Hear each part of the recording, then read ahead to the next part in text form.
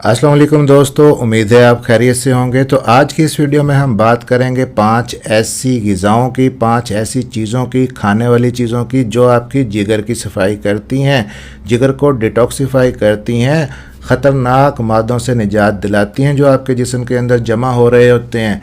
मेरा नाम है डॉक्टर ताहिर। चैनल को सब्सक्राइब ज़रूर कर लीजिएगा। अब सबसे पहले जी सवाल ये पैदा होता है कि जिगर को सेहतमंद रखना क्यों ज़रूरी है, जिगर इतना इम्पोर्टेंट क्यों है आपके लिए। अब सिंपल सी बात है, ज़रा समझ लीजिएगा कि पहले जब किसी का जिगर ख़राब होना शुरू होता है, आपने सुना होगा अक्सर आप अल्ट्रासाउंड करवाने गए हैं, फैटी लिवर आ गया है जी, जिगर के ऊपर चर्बी इकट्ठा होना शुरू हो गई है। अब ये जो जिगर के ऊपर चर्बी इकट्ठी हो रही है, ये एक तरह से इब्तदा है जिगर के ख़राब होने की। आपका हाजमा फिर ख़राब होने लगता है जब आपको फैटी लिवर होता है। आपको राइट साइड पे हल्का हल्का दर्द रहने लगता है, बाज़ औक़ात ये दर्द आपके पीछे कंधे तक भी जाता है।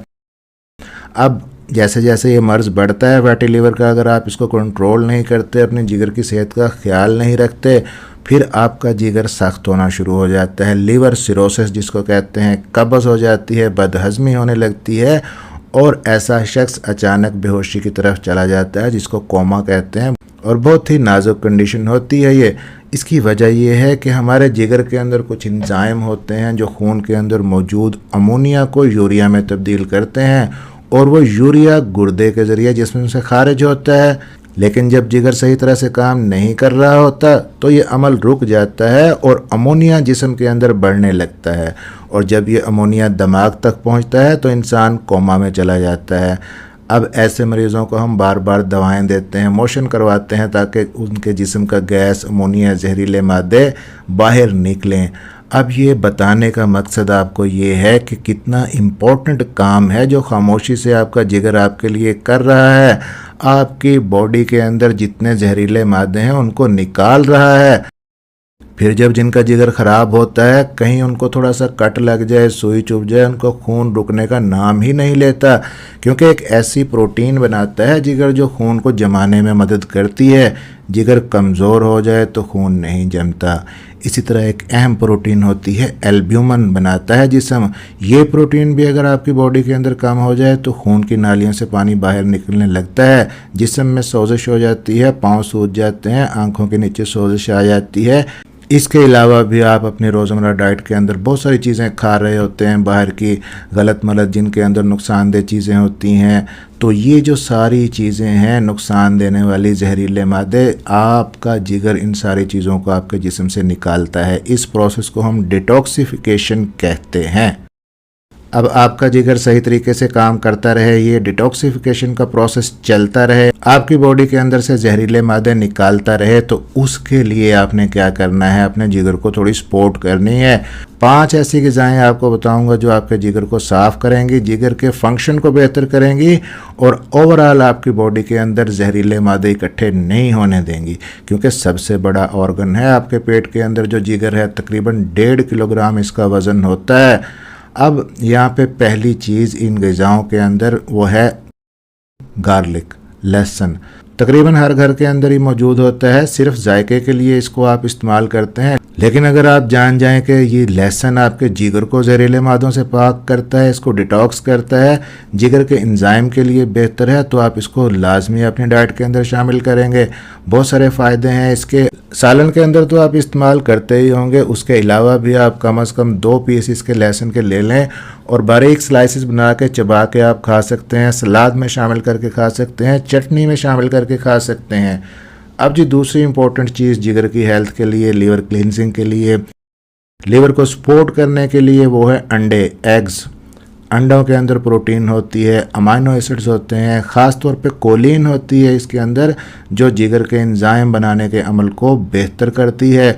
कोलिन आपके जिगर के अफ़ाल को भी बेहतर बनाता है, फैटी लिवर को भी रोकता है। ज़्यादातर अफराद 1 से 2 अंडे खा सकते हैं, लेकिन आप अपनी सेहत के लिहाज से आप अपने डॉक्टर से मशवरा कर सकते हैं। 1 या 2 बॉयल अंडे आप डेली बेसिस पे लें तो आपके जिगर के लिए हेल्दी हैं, लेकिन होल एग आपने लेना है। ऐसा नहीं करना कि जर्दी निकाल लेनी है, सफ़ेदी खा लेनी है, पूरा उबला हुआ अंडा आपने इस्तेमाल करना है। अब जी तीसरी चीज़ है यहाँ पे लीफी ग्रीन वेजिटेबल्स। सब्ज़ पत्ते वाली सब्जियां, ये सब्जियां जैसे कि बंद गोभी है, फूल गोभी है, ब्रोकली है, केल है, आपके जिगर के लिए इंतहाई मुफीद हैं। आप इन सब्जियों को उबाल के भी खा सकते हैं, स्टीम करके भी खा सकते हैं, सलाद बना के भी खा सकते हैं। ये आपके जिगर को जहरीले मादों से पाक करती हैं। एक बाउल आप सैलड का बना लें, दोपहर के अंदर खाना खाने से पहले आप वो बाउल खाएं, फिर जितनी भूख बचे आप बाकी खाना खाएं। मार्केट के जो प्रोसेस्ड फूड हैं, फास्ट फूड हैं, उनकी बजाय अगर आप ये सब्जियां इस्तेमाल करते हैं तो आपका जिगर हमेशा तंदुरुस्त रहेगा। ख़ास तौर पे जो लोग बहुत ज़्यादा दर्दों की गोलियां खाते हैं, पैरासीटामोल बहुत ज़्यादा लेते हैं, नींद की गोलियां खाते हैं या अल्कोहल का इस्तेमाल करते हैं, उनका जिगर ख़राब होना शुरू हो जाता है। उनके लिए तो बहुत ही ज़रूरी है कि वो सैलड का इस्तेमाल, लीफी ग्रीन वेजिटेबल्स को अपनी डाइट के अंदर लाजमी शामिल करें। अब जी चौथे नंबर पे जो चीज़ है, सस्ती सस्ती और नहायत ही इफ़ेक्टिव चीज़ें आपको बता रहा हूँ जो आपके घर के अंदर मौजूद होती हैं। चौथे नंबर पे जो चीज़ है उसका नाम है लीमू, लेमन। एक सस्ती सी ग़िज़ा है, इसके अंदर विटामिन सी होता है बेबहा। ये आपकी क़ुव्वत मुदाफ़त को भी बेहतर करता है, इम्यूनिटी को भी बेहतर करता है, जिगर को भी साफ़ करता है। लीमू का रस आप पानी में मिला के भी पी सकते हैं, आप खानों के ऊपर, सैलड के ऊपर निचोड़ के भी इस्तेमाल कर सकते हैं। जहरीले मादों को बेहतर तरीके से खारिज करता है आपकी बॉडी के अंदर से।